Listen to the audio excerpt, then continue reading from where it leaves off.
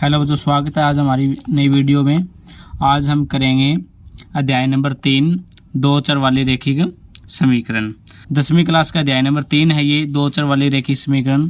इसमें हम देखो, आप सबसे पहले आपको पता होना चाहिए दो का मतलब होता है दो चर होता है अपना, जैसे कि आप ए बी सी इस प्रकार से अल्फ़ाबेट एक्स वाई जेड, ये 26 अल्फ़ाबेट में से कोई भी अल्फ़ाबेट उनके साथ में लगा हो उसे हम कहते हैं चर।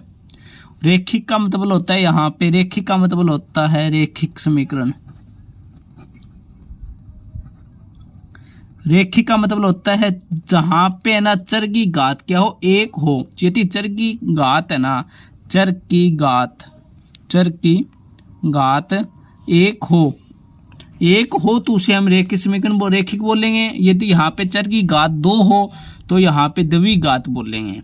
समीकरण का मतलब क्या है, यहाँ पे देखो, इस चैप्टर का मतलब है दो चर वाली रेखिक समीकरण। युग्म का मतलब होता है यहाँ पे दो समीकरण मिलेगी। दो चर वाली रेखिक समीकरण का मतलब है यहाँ पे ए एक्स प्लस में बी वाई प्लस में सी बराबर 0।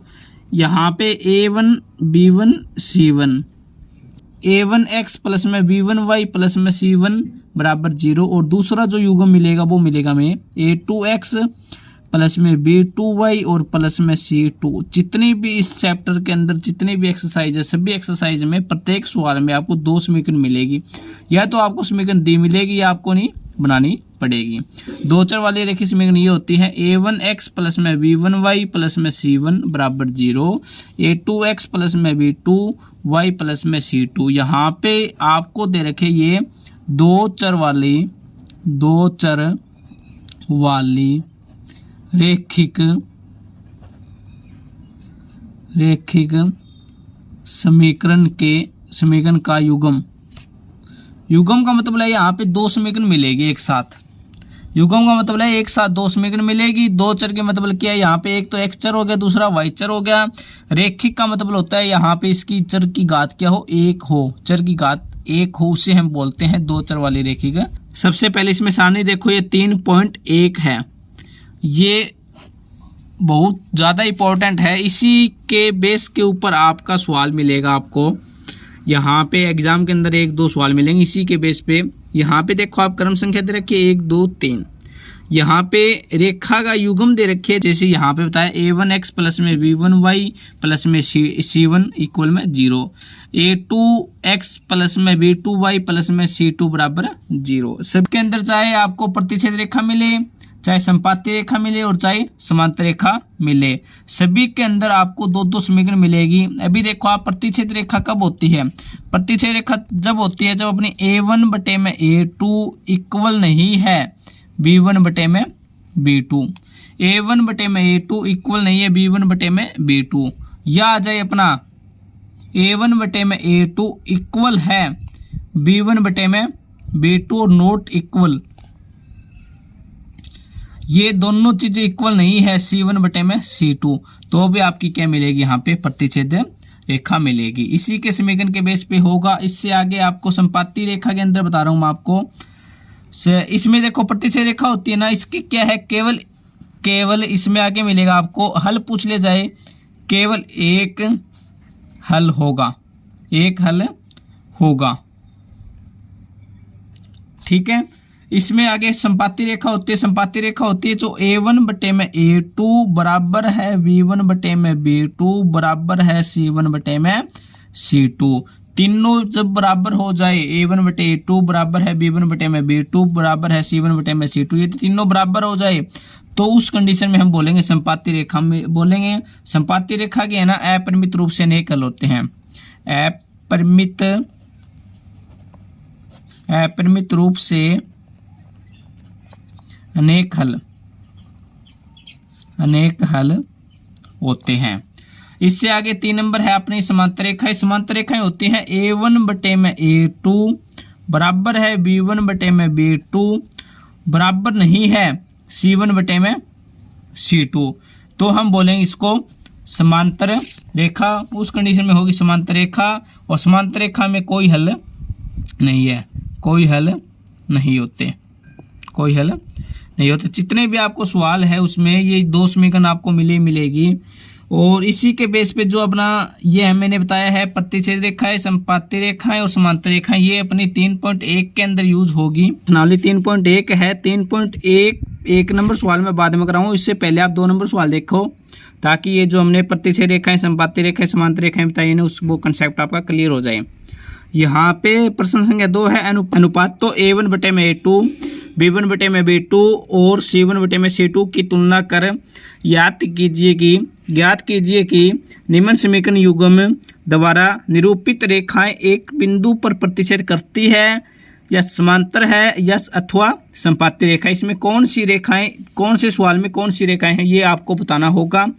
पहला भाग में आपको समीकरण दे रखे 5x - 4y प्लस में 8 इक्वल में 0, और दूसरे समीकरण दे रखी है 7x प्लस में 6y माइनस में 9 बराबर 0। इसके अंदर देखो आप जो अपने समीकरण आपको बताई थी मैंने, a1x प्लस में b1y प्लस में c1 इक्वल में 0, उसी के फॉर्म में है। और यहाँ पे देखो आप a1 कितना है, यहाँ पे 5, v1 कितना है यहाँ पे -4 और c1 कितना है यहाँ पे 8। इसी प्रकार से 2 नंबर समीकरण के अंदर a2 कितना है यहाँ पे 7 और b2 है अपना क्या 6 और c2 है अपने -9। सबसे पहले हम इसमें करके देखें a1/A2, b1/B2, c1/C2 करें तो अपना देखो a1 कितना है 5/7 बराबर -4/6 आगे 8/-9। इसको हम 2 पे कैंसिल करें तो देखो ये 2 पे कैंसिल किया तो 2 आ गया और ये 2 पे कैंसिल होएगा 3 आ गया। तो ये कहाँ पे आ गया 5/7 बराबर -2/3 8/-9। ना ही तो ये वाले इक्वल और ना ही ये वाले इक्वल, कोई भी इक्वल नहीं है। तो हम तुलना करके देखें, यहाँ पे तुलना करेंगे जो अपनी रेखाएं थी पहली, जो इसके हिसाब से a1/A2 b1/B2 और c1/C2, जिसमें कोई भी इक्वल ना हो। यहाँ पे कोई भी इक्वल नहीं है तो इसमें कोई भी इक्वल ना हो। a1/A2 not equal to b1/B2 not equal to c1/C2, तो ये रेखा किस में होती है प्रतिच्छेद रेखा में। तो ये इसका आंसर क्या जाएगा प्रतिच्छेद रेखाएं,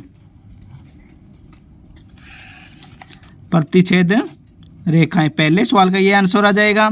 9x प्लस में 3y प्लस में 12 बराबर 0। दूसरी इक्वेशन है अपनी 18x प्लस में 6y प्लस में 24 बराबर 0। यहाँ पे देखो अपना a1 दे रखे हमें 9,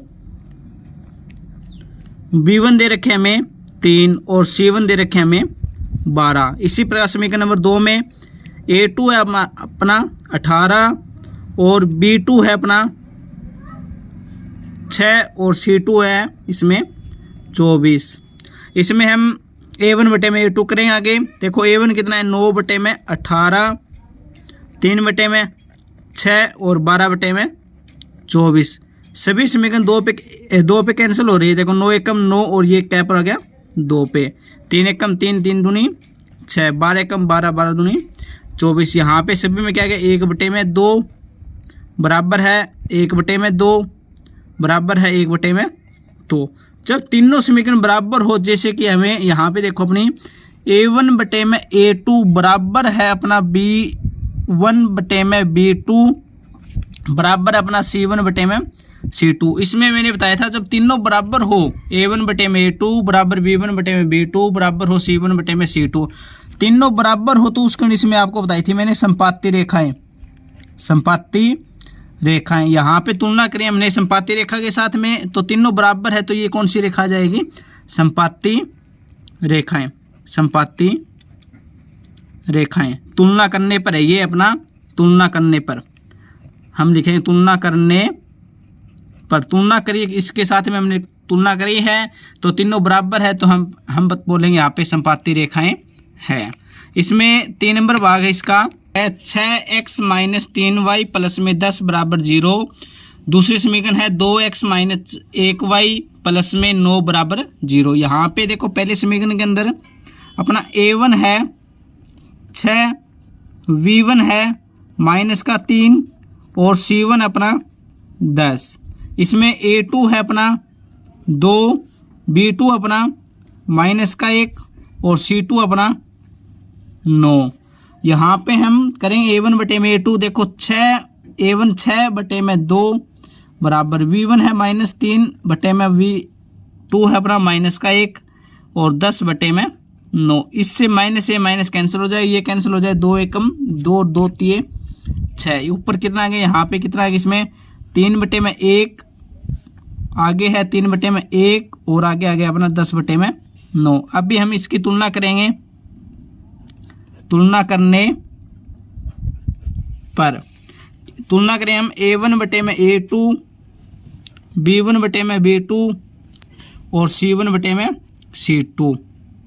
यहाँ पे ये दोनों तो इक्वल है लेकिन ये इक्वल नहीं है, तो ये इक्वल ना हो, जब दो इक्वल हो A1 बटे में A2 बराबर B1 बटे में B2 और नॉट इक्वल टू C1 बटे में C2 बराबर C1 बटे में C2 नहीं है, तो उस कंडीशन में अपनी होती है समांतर रेखाएं, समांतर रेखाएं। तो इसका आंसर आ जाएगा अपने समांतर रेखाएं।